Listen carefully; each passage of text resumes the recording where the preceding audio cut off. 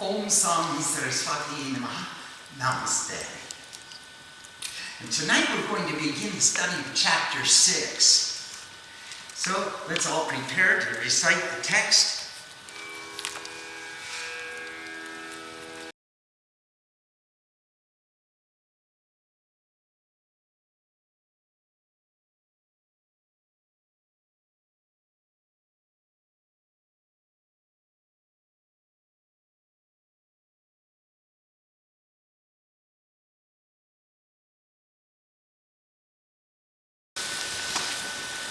And the respected Supreme Divinity said, "Who performs all actions without dependencies on the fruits or the effects of action, he is established in truth and renunciation, and is a man of union, not he who is without fire or without action." And that has many levels of meaning, because one of the applications of fire, if you have fire within, you've got passion. And our objective is not to love you dispassionately. I want to love you fully and completely and perfectly, passionately, with feeling, with sincerity, with an intensity. So he who is without fire can be construed to be somewhat limp, like a limp hamstring. But he who has fire has a passion, has a sankalpa, has a burning desire to love completely.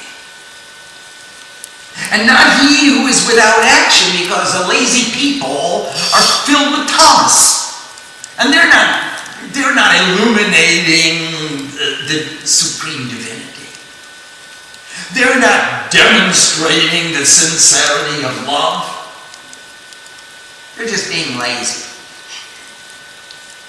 So, who performs all actions without dependency on the fruits or the effects of action, he is established in truth and renunciation, and is a man of union, not he who is without fire, and also without this fire, or without action.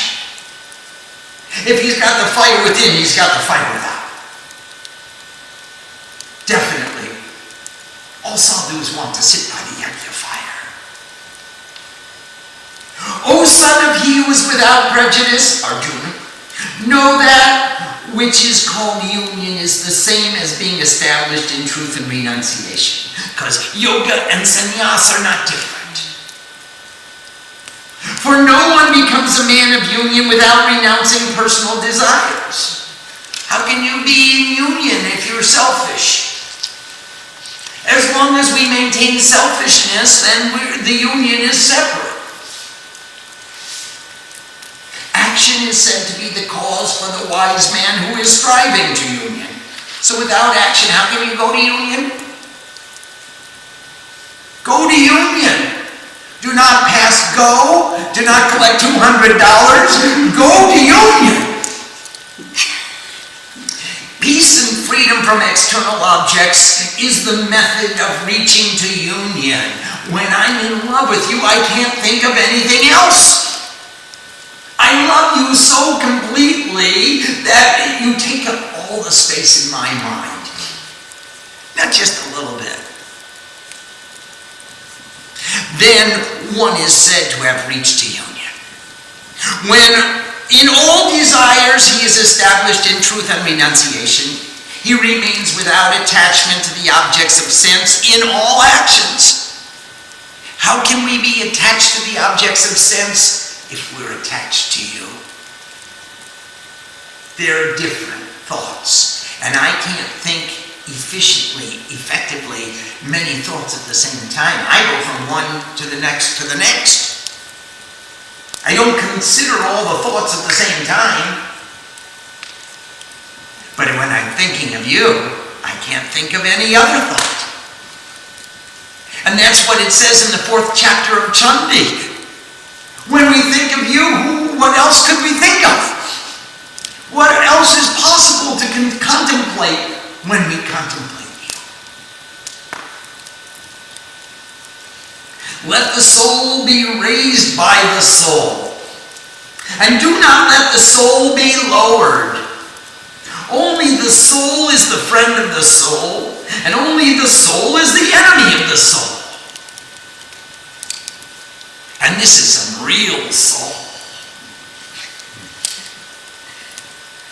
So the soul is going to raise up our own soul. Just when the consciousness within us becomes aware that there's an alternative to being bound by selfishness, we become inspired, and the soul raises up the soul. Again and again and again. For the soul is our only friend. And the Guru is the reflection of the pure soul that we aspire to become. For he who has conquered his soul by his soul, he has actually made his soul a friend to his soul. For he whose soul is in the position of an enemy, he treats his soul as an enemy. So when we're tortured, the soul is an enemy to us. And when we're filled with the inspiration of pure love and surrender, the soul is our best friend. Who has conquered his soul has the peace of the Supreme Soul, maintaining equilibrium while experiencing cold and hot, pleasure and pain, honor or insult. Maintain that equilibrium. Always neither too much nor too little, just staying in the balance. That soul who has conquered his senses, who remains fixed in the delight of knowledge and wisdom, who is in harmony, who regards earth, stone, or gold as of equal value, he is said to be a man of union. He has no things for the need of the things of the world. If we have no need of the things of the world, we're totally enshrined in this world. We reside exclusively in the inner world. So what is the need of the outside world? He excels, who from a good heart, without any selfish interest, regards friends, enemies, and those in between, the contemptible and the beloved, the virtuous and the sinful, with equality of intelligence. Very interesting. Samabuddhi vishishyate. Samabuddhi, equality of intelligence. His buddhi, his intelligence remains in peace and equality and equilibrium. Doesn't mean he has to associate with everybody with the same intensity, but he regards them all. He pays respect and honor to all. I don't like your actions, but there's nothing about you that I don't like. I don't agree with your opinion, but it's nothing about you that I don't like. And I don't have to surrender to your opinion. I don't have to follow your advice, but I sure will give you the respect of listening to it. A man of union should always remain in secretive communion with his own soul inside. It's so deeply enrooted, ingrained in his being that it's a secret to the outside world. No one else will know that we're always in union. In secretive communion with his own soul, in oneness, controlling the awareness of his soul without desire, greed, or jealousy. Such an individual should establish his seat for meditation, his asana, in a clean place, neither too high nor too low, covered by cloth, deerskin, or kush grass. Now here we're going to establish an asana. And sit down. Be Being seated there on the meditation seat, he should make his mind one-pointed, control the awareness of the functions of sense, and commune in the union with the purity of his own soul. And I'm sure someone's going to ask me, how do you do that? Still, without movement, he should hold his body, head, and neck in equipoise, staring at the tip of his nose. He should not look in other directions.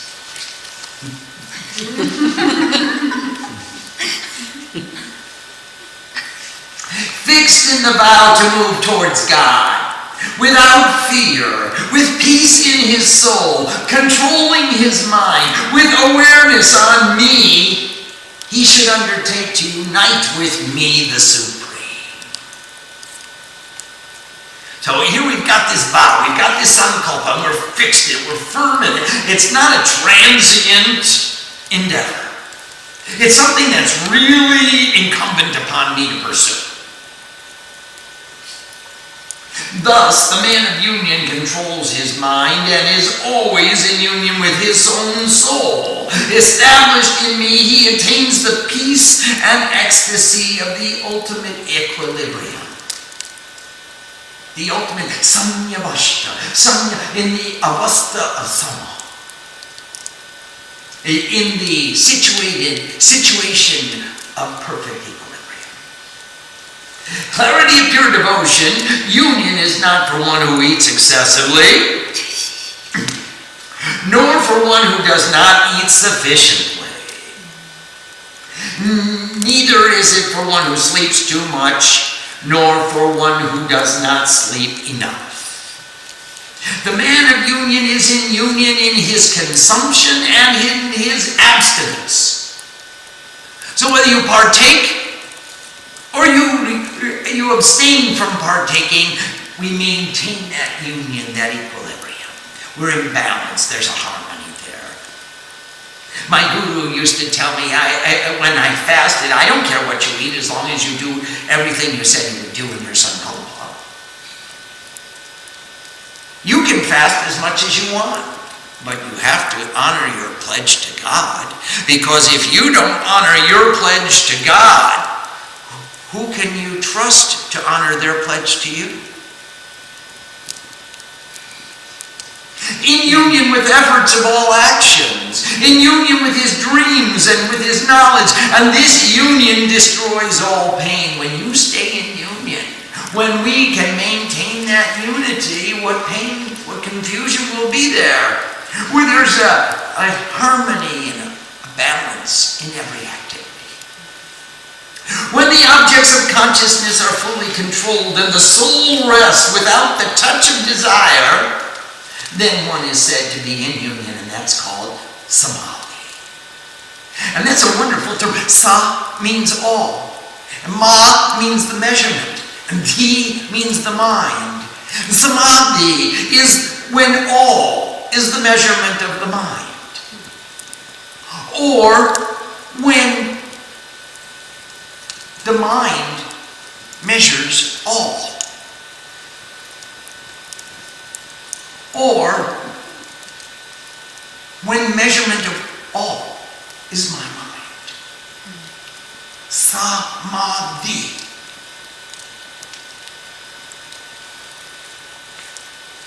The soul who practices union, who has controlled the objects of consciousness in union, is compared to a still flame without flicker in a place with no end. So if you take in your Ajna chakra and put a light and kindle a flame and make it perfectly still, and every time the flame would flicker and you feel a little breeze, just make it more still. And in this way, we go into the consciousness of union, the stillness of perceiving the light within. When by the practice of union the objects of consciousness are restrained and the mind ceases from motion, and when the soul is perceived by the soul is satisfied. Tushti rupena samstita. And this is the satisfaction. He knows that universal happiness beyond the senses and beyond that which can be understood by the intellect, established in which he does not move from the true state. Having gained that, he thinks that there can be no greater gain, being established in that he remains unmoved even by the greatest pains. And it's true, it's better than anything you can imagine. It's enough to inspire one to devote your life to God. Just moving into that situation of union. Just moving into that samadhi. Even staying there for a little time. It doesn't matter because you're in the area of timelessness. Whether you're there 5 minutes or 5 hours makes no difference because you're there. And once you touch that, there can be no greater gain. That's the experience of not being there. Of being so perfectly in union that duality doesn't exist. So there can be no greater gain. Let the disassociation from the union with pain be known as yoga, union. Now, here we've dismissed all associations with pain, with confusion, with conflict. And this we're calling as union. This union should be practiced with firm determination and unwavering consciousness. By renouncing all the determinations born of endless desires, and even controlling all of the organs of knowledge and action from all sides. And that will be our first endeavor, is to control the organs of action. Sit still. And then the next endeavor will be to control the organs of knowledge. Stop the senses from wandering. And then renounce all the determinations born of endless desires. What else do I want? Let me fix all the energy of desire in one desire and let that be the desire to be with you. And here we are. What a privilege. With the intellect held securely, gently let the mind cease from motion. Make the mind reside in the soul and do not allow other thoughts. So now, take the intellect, use your knowledge, use it held securely, be firm and steadfast in your knowledge, give up all your opinions. And the mind will cease from motion by reciting knowledge. And make it steadfast, held securely, and then the mind will reside in the soul, and other thoughts will be prohibited. No matter what causes the restless, unsteady mind to roam, let him restrain it from that. He will bring it under control in the soul alone. Bring it back to that flame that's so still. Every time we wake up in a reverie or a dream and we're watching this movie, hey, that was not my goal. My goal was not to go to the movies. I want to sit with the still flame that does not flicker within. For the man of union comes the ultimate happiness. For he who has peace in his mind, his passions are at peace. He is without iniquity and has verily become the supreme divinity. The soul who always practices this becomes a man of union, free from iniquity. Easily he touches supreme divinity and enjoys infinite happiness. He sees his soul residing in all beings, and all beings in his soul. The soul who is united in union sees everything, everywhere in equilibrium. It's all me, praising me, because I love. And I don't just love me, I love me in every form that I manifest. I love it all. There's no object, no recipient, no need of a recipient. He who sees me everywhere in all and sees all everywhere in me, to him I never become lost, nor is he ever lost to me. He who is established in oneness and worships me, residing in all beings, in every circumstance, he dwells with me. He lives in union with me.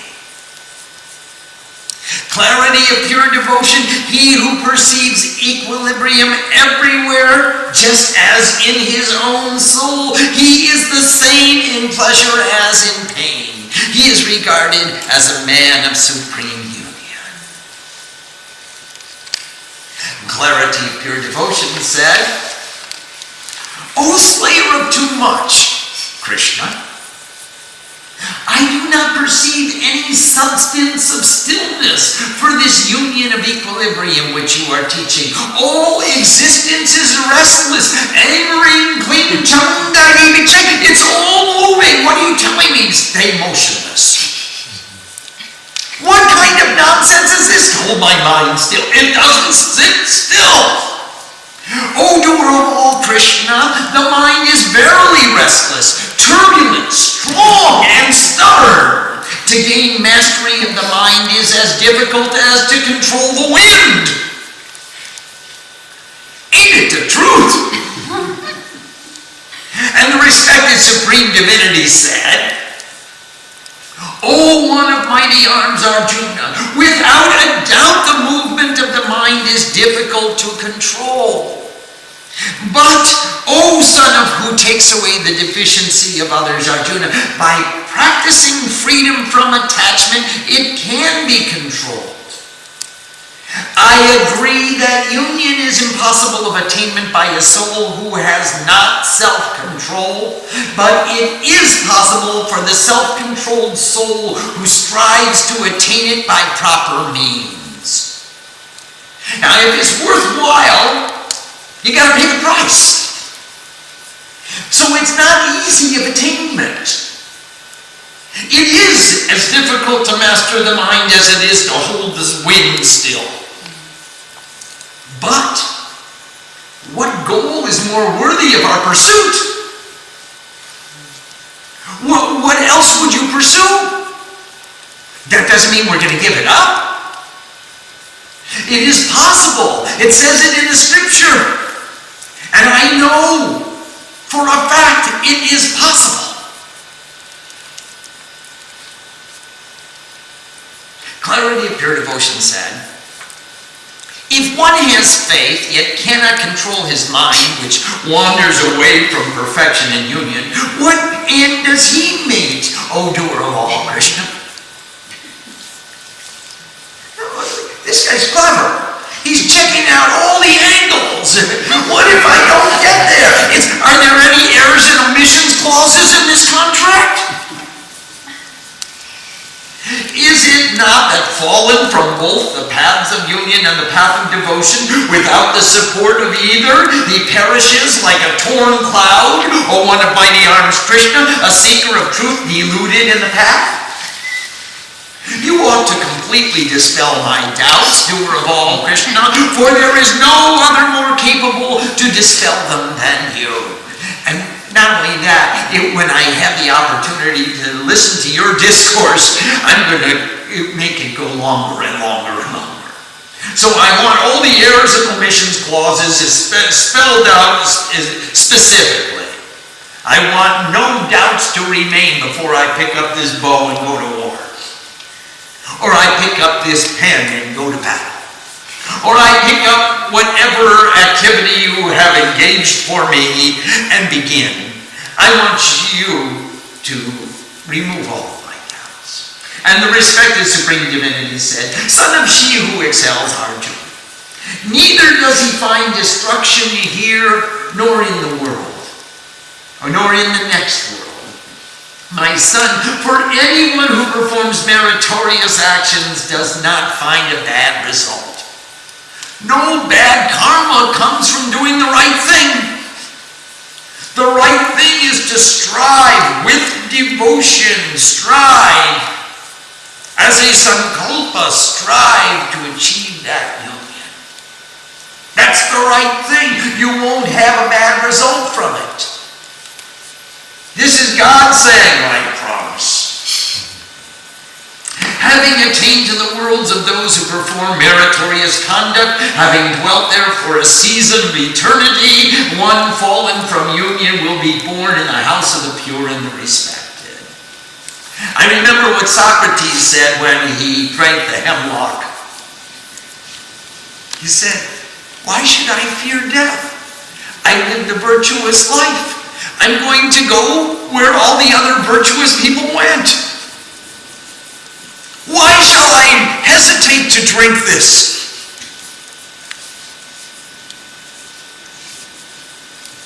Or he may be born in a family of wise practitioners of union. To attain a birth like this in this world is very difficult. To be born in a family of yogis and raised as a yogi, with the understanding of yoga, there he obtains the complete union with the intelligence of his former body. And he makes the ever greater efforts to attain perfection, O son of action, Arjuna. So there, he moves into a new body with all his old, he becomes a jati smart. He remembers his previous births, he remembers his previous knowledge, and he starts his path from where he left off. You don't have to go back and repeat all those old lessons again and again and again. He learned it, and he learned it well, and he begins his next part of the journey from where he left off the last part. He is verily helpless but to continue his former practice. Even he who asks about the practice of union moves beyond talking about God. See, here are the talkers and here are the doers. And even if you ask about it and sincerely want to know and in trying to practice, you move beyond talking about it into the practice, and it becomes your life. The man of union who strives with great sincerity through many births completely purifies all impurities and then reaches the highest station. The man of union has a superior attainment to the performer of purifying austerities. We perform purifying austerities so that we can come to union. The man of union has a superior attainment. Even he is thought superior to men of knowledge. Again, he is superior to the performers of action. Therefore, O clarity of pure devotion, be a man of union. Be a yogi. All the time, be in union, in harmony, in grace. Of all men of union, he who worships me with such faith that his inner being is merged in me, I think him to be the most attentive. He pays attention. And he has so much faith, he's merged in me all the time. Because he performs every action from the center of union. And thus ends the 6th chapter. Are there any questions?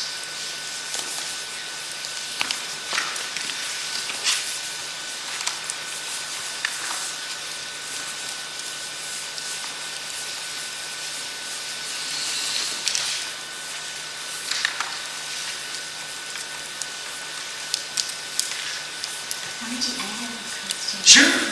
Swamiji, like even in this verse 46, Yes. where Lord Krishna is saying the man of union has a superior attainment than all these other categories like tapasvis and jnanis. Yes. But how are they different? Because if you really do tapasya, won't you become a man of union? Yes, and that's just what he's saying. That the man of union, the yogi, has achieved the perfection of jnana, has achieved the perfection of tapasya. He dwells in tapasya as his swabhava, as his intrinsic nature. It's his intrinsic nature to dwell in union rather than only to think about union, to talk about union, or to practice or strive to attain union. The yogi has achieved union and remains there. So the other people are striving to achieve union and the yogi is superior because he has reached the destination. Correct. Correct. Swamiji, there's a question from Nanda from San Jose. Namaste, Nanda. Can Swamiji please define soul? No. Thank you. Absolutely not. But we can talk about it. Because in the Vedas and from Vedic times it came down to neti neti. It's not this and it's not that. Now, would you want me, little old me, to try to define what it is not or what it is? It's impossible. But we can talk about it. We have two sets of causes for any object to come into creation, into existence. There must be a material cause and an efficient cause.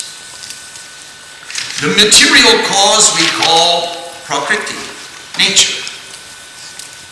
And the efficient cause we call purush, consciousness. Now what we're calling the soul is the consciousness within an individual. And the soul of a man, a woman, the soul of creation, the soul of existence, the soul of the earth, they're all one soul. They have the same characteristic. Consciousness means to be aware of, to mean cognized, to be able to be endowed with the capacity of recognition. We can give many synonyms. We're not talking about the conscience or being conscientious. We're calling it consciousness, the capacity of awareness, the capacity of paying attention, the capacity of recognition. And these will be the closest we can come to an identification of the soul. Now, when the soul is encumbered by the nature, an ego is born, which identifies this soul, I, with this form, the body of nature, the limitations, the maya placed, the measurement, the sima, the boundaries placed by nature on this soul. So I am the soul. And this is one of my forms. The soul within thee is a river. Its sacred bathing place is contemplation. Its banks are holiness. Its waters are truth. Its waves are love. Go to that river for purification. Merely bathing in water will not make you clean.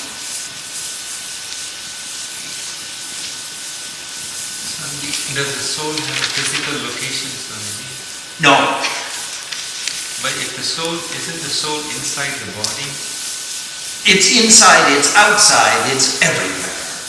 When we look at the container, the space outside is the same quality as the space inside. There is no distinction between what is inside the pot and what is outside the pot. The space is called Akash. This is called Gat Akash, containing space. And this is called Maha Akash. Gat Akash, Maha Akash. There's no difference in the space except the definition of the container. Now the soul is within and the soul is outside. When we say he's within, we call him Atma. And when we say he's outside, we call him Paramatma. But he's the same quality. So he is in and out at the same time. Swamiji, earlier we had said that the soul is a witness. Yes. But in this chapter, the soul is becoming happy, our friend. Sometimes the soul is becoming an enemy. Well, in verses 5 and 6. Yes. Those are when we regard the soul as a friend or we regard the soul as an enemy. Because those are attitudes or thoughts born of the mind. Those are produced from nature. That is not the intrinsic nature of the soul is Sat Chit Ananda. And if I dwell in Sat Chit Ananda, I've made friends with my soul. And if I don't dwell in Sat Chit Ananda, I'm thinking that my soul is an enemy to me. He's not my friend. Sometimes he's happy, sometimes he's sad, sometimes he's clear, and sometimes he's got confusion. Now, it's not really the nature of the soul, it's the nature of the mind. But this is a poetic description of how do I regard my soul. When I'm in the bliss of union, the soul is the greatest friend that I could seek. And when I'm in disharmony and unbalance, the soul is tortured. And he's an enemy to me. He appears to me, to my soul, to be an enemy to my soul because he's not in harmony, in balance. So it's an appearance. It's not the intrinsic nature. Please. How to change tamasic nature or tamasic moments? First you take an inspiration. And take that inspiration and cultivate the knowledge and take that knowledge and put it into practice and take that practice and refine it to perfection until it becomes second nature to us. Again and again, every time I feel the tamasic tendencies, do I want to surrender to tamas? Or do I want to use the strength of my knowledge and the fortitude of my sankalpa to say, no, I won't allow the tamasic tendency. I'm going to strive for the highest. And then I wake up from that slumber and catch myself and go back to work. And train my attitudes to follow my sankalpa rather than allow my sankalpa to follow my attitudes. Because the attitudes of the mind will change. The pleasures and the pains of the mind will change. The likes and the dislikes will change. And now I'm going to go over here, and now I'm going to go over there, and now I'm going to try this, and now I'm going to try that, and the devil with your sankalpa. I don't need a sankalpa. I'm going to play. I'm going skiing. That's my sankalpa. I'm going to enjoy. That's my sankalpa. And forget the rest of what I promised to God.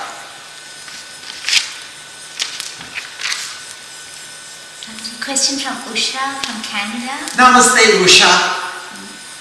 Swamiji, when the mind is quiet in meditation, what makes it suddenly active again? And how can one prolong the quiet mind? At this point, should one make an effort or just start chanting? Chanting is an effort. So now, what we're going to do is produce effective action. Remember in our Chandipat example that the mind, the ego got the boon that we can't control him. Only Divine Mother can. So every time we get quiet for a while, the ego says, hey, they're ignoring me. Let's go make them active and restless and cause movement. And let's take their mind away into reverie and thoughts and movies and their history. And look what you did when you were 5 years old and when you were 25 years old. And look at this history of you. And now to self-conceit and self-deprecation. And they'll come and judge and critique the movie. And if only I hadn't, and I'm sure glad I did. And suddenly the mind is off in Never Never Land. And we lose our meditation.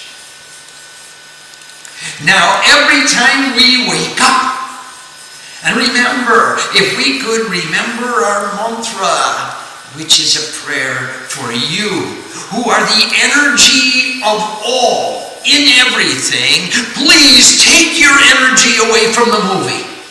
Please give your energy back to the divine longing that I'm sincerely trying to maintain. Please, energy of all in everything, come back from those thoughts, come back from the movies, come back to me. And when she's satisfied with the sincerity of our prayer, Usha, she comes as Usha, the dawn. And she brings illumination to our darkness. And that's the only way I know how. The sincerity of our prayer will make the dawn to shine.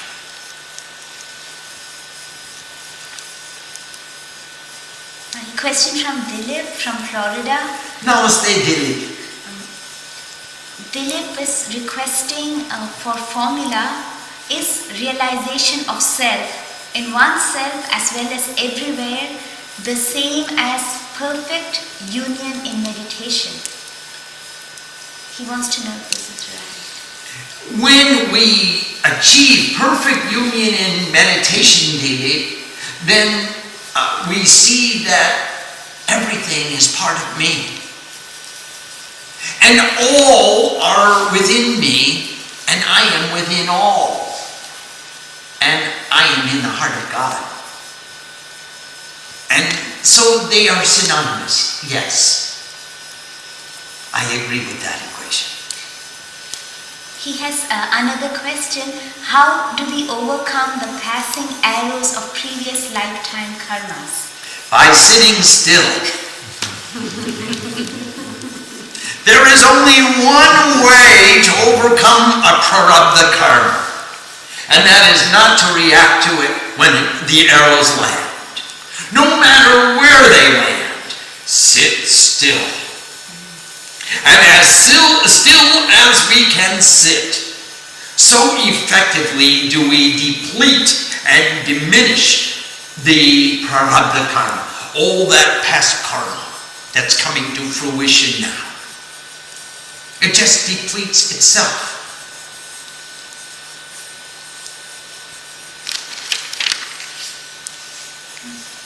So in verse 5, they talk about two souls. Soul is mentioned 2 times. Yes. And you had explained to us about the Atman and Paramatman. Yes. Is this the Paramatman helping the Atman, or does it not matter? It doesn't matter. It does not matter. At this point, there is no distinction between the space inside or the space outside. The soul is one with God. And the soul is raising us up because of our capacity of recognizing the purity and the clarity of our sankalpa. And that's what it makes it incumbent upon us to pursue a dharmic life. It becomes incumbent. It is not a decision we make. It is the natural propensity of the soul. It's more than a decision. It's a necessity. When I fall in love with you, my heart knows. I can't say, oh well, heart, let's logically decide. When I first met my guru, my feet knew the way to his ashram. I could never tell you in a million years. I was in Vrindavan, in the gullies of Vrindavan, and those gullies are like a labyrinth. I could never tell you his address. I went there in the morning, I came back in the night, I didn't see anything. There was no address, there were no street maps, there's no guide to the city, you can't Google it. My feet knew the way. My heart it was incumbent upon me to go again and again and again until I didn't leave. When I first met Srima, I had no address, I had no name. Srima, the respected Holy Mother. Go around India and try to find Srima.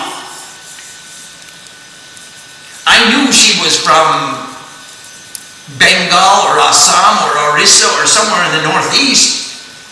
Could be Shillong, Manipur, it could be anywhere. But my heart knew the way. And I found her.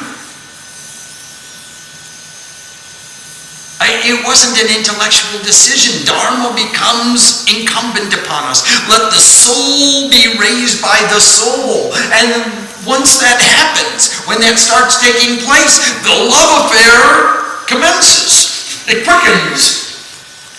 And sometimes it gets really fast. We just have to go.